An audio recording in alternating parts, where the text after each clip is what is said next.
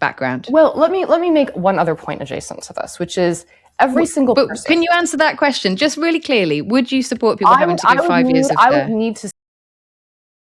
A smug MAGA official thought she could lecture the UK on free speech, but she had no idea the journalist had a perfect trap waiting for her. If you believe in holding power accountable, show your support by hitting the like and subscribe buttons, and don't forget to ring that notification bell so you never miss a video. Now, let's watch this together and I'll give you my 2 cents at the end. We have a special relationship with Britain for a reason. We don't share these roots and values with Russia or China, but that is why some of these cases are... Don't you though? Because that national security document seemed to suggest that perhaps the America now does. I mean, it's very sympathetic to Russia. I can't find a single page of that strategy, and I'd be delighted if a Brit could show me one in which we claim that we have more in common with Russia than we do with Western Europe. Certainly on the... Well, I think the thing that really concerned, a lot of people in reading that document was the way that the conflict between Russia and Ukraine was represented, and the way that Europe was represented in those passages, and the way that it appeared that America was suggesting that conflict was because of antagonism on the Ukrainian side and not because of Russia launching an illegal war. What you're seeing with respect to the Ukraine conflict is what you're seeing with respect to our security posture internationally, which is a strategy of pragmatic realism. So this is less about moralizing and placing blame and more about brokering peace, which this president has demonstrated a real commitment to. Okay. But so you don't blame Russia? You don't blame Russia? Katie, I'm here today to talk about free speech in Britain and about the civilizational values that we share. Yeah, and that's fine. I mean, we can get back to negotiations. That's fine. We can get back to talking about that. I mean, you raised the issue of Russia, but I suppose my question is the same. You know, do you think freedom of speech means that people should have the right to say whatever they want in person and online? Is that the definition in your view? So I think of the definition of free speech, and this traces back to Athens and the concept of parrhesia. We should strive for a society where fearless debate and particularly fearless deliberation on issues of public concern is possible. And that's because unlike Russia, my country and your country are democracies. We prize self-governance. And so if you and I are going to the polls and we're going to make decisions on issues like war or peace or grooming gangs, for example, we need to have access to all that information and be able to debate it with people in our country. And I just like to review some of these cases, if you'd allow me, that have caused concern recently. So British police dragged a woman out of the bath naked for privately referring in a private text message to someone who'd assaulted her using homophobic language. That happened in Britain. Britain handed down a prison sentence to a footballer for calling somebody a bike nonce, I believe. And I don't know quite how bad that term is in Britain. I think it means something like pedophile. There's a pedophile named Peter Selby who was recently given 0 prison time. That's less prison time than Lucy Connolly, for being found with 125,000 explicit pornographic images of children, including images involving violence and animals. The reason he was spared prison by British courts is that he identifies as a trans woman, but who was not spared prison was Lucy Connolly, a child carer, who posted and then deleted a mean tweet about migrants after the Southport incident. She pled guilty, that's why. Well, but guilty of what? Guilty of a mean tweet. I mean, she pled guilty. That was the plea she entered. There's an example, a very live example right now in this country. The police in Manchester and London have said that today they will arrest protesters who in public in these protests that are going on as they are in your country. Anybody who chants "globalise the Intifada" will be arrested. Do you agree with that?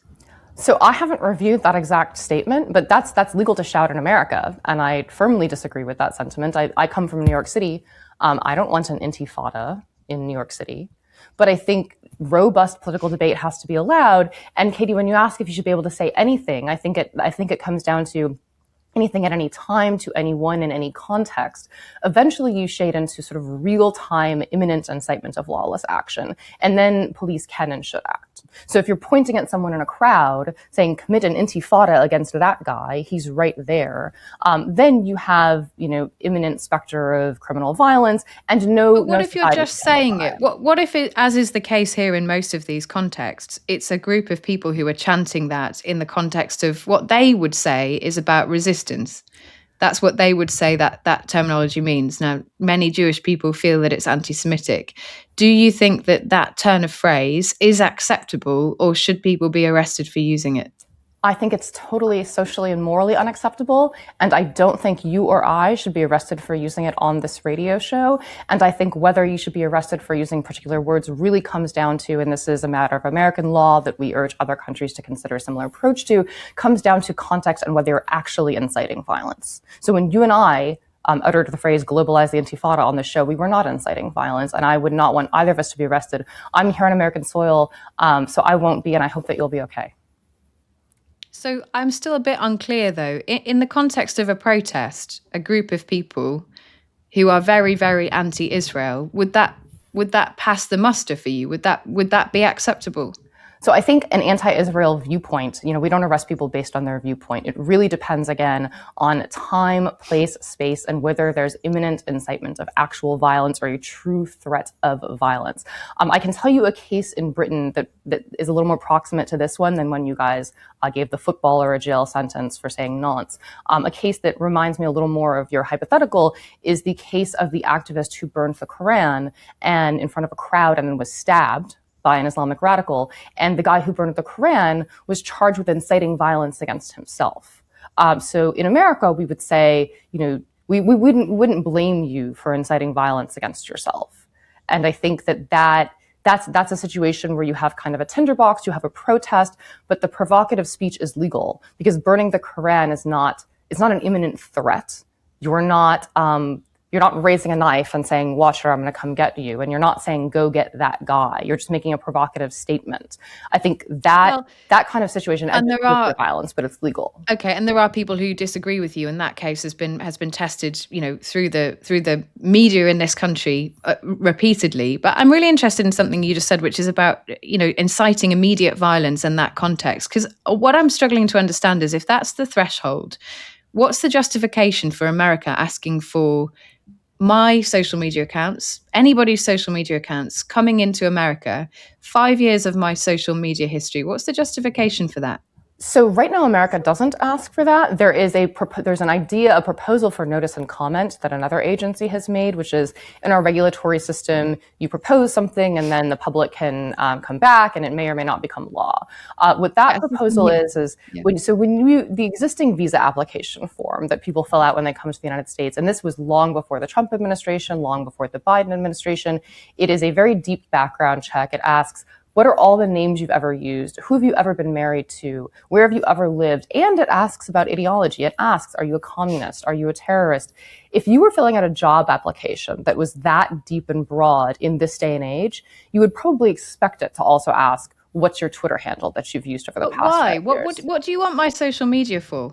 Well, so if as part of the visa process, a background check is being performed, nobody performs a background check in 2025 without at least asking about social media. If we're asking for... But aren't you policing my language? Because that's not a conviction. You're policing my use of language. That's the same thing that you're saying you're against. Well, the visa form already asks about your language and your ideology. It already asks if you support Al-Qaeda, for example. So this is basically, have you supported Al-Qaeda on Twitter? But Katie, again, America isn't asking for this because this isn't current American law. And I want to make one other point. So you wouldn't support it, just out of interest, you wouldn't support people being forced to give 5 years of social media background? Well, let me make one other point adjacent to this, which is every single person. Can you answer that question just really clearly? Would you support people having to give 5 years of I would need to see the final form of the regulation, and I haven't seen it. Okay. And I'm a lawyer, so I'm very particular about this stuff. But I want to say something to clarify this, because this comes up often in the free speech debate. So every single person on American soil, whether you're a tourist, whether you're an immigrant, whether you're an illegal immigrant, you have the same rights under the First Amendment. So you're not going to be sent to jail for saying bike nonce, for example. But neither the First Amendment nor any other amendment gives foreign nationals the right to be an invited guest in the United States. So what this administration and other administrations, by the way, have done is said, look, when you're here, you have the right to free speech, but if we're issuing you a visa, an invitation to come, we're going to at least consider whether you despise the country. It might not be that free. Can I ask you finally, Susie Wiles has done a really extensive interview with Vanity Fair, and her comments have caused quite a lot of controversy. She says she's been misrepresented. Do you think it was wise to do an interview like that and to give, such an in-depth interview, which has caused a lot of controversy at a time, glossy photo shoot at a time when lots of Americans are really concerned about the cost of living. Do you think that was a good move? Well, Katie, as you can see, I myself am perfectly willing to do all kinds of interviews at all kinds of times, including this one. I haven't really had a chance to read the full interview, but we have a lot of experience in the United States with members of this administration having their remarks taken out of context by adversarial journalists. And the benefit of free speech is that people can read that article and they can read Susie Wiles' response and can decide for themselves. So what do you think? That was a textbook demolition. She walked in thinking she had the moral high ground, but the journalist masterfully used her own government's actions against her. That moment where she asked about the US demanding social media accounts was the kill shot. The official had no answer because her entire argument was a hypocritical sham, and she knew it. That silence and deflection said everything. What do you think was her most pathetic dodge? Let me know in the comments below. And if you enjoyed this breakdown, make sure you hit those like and subscribe buttons for more. And don't forget to ring the notification bell so you never miss a video. Thanks for watching.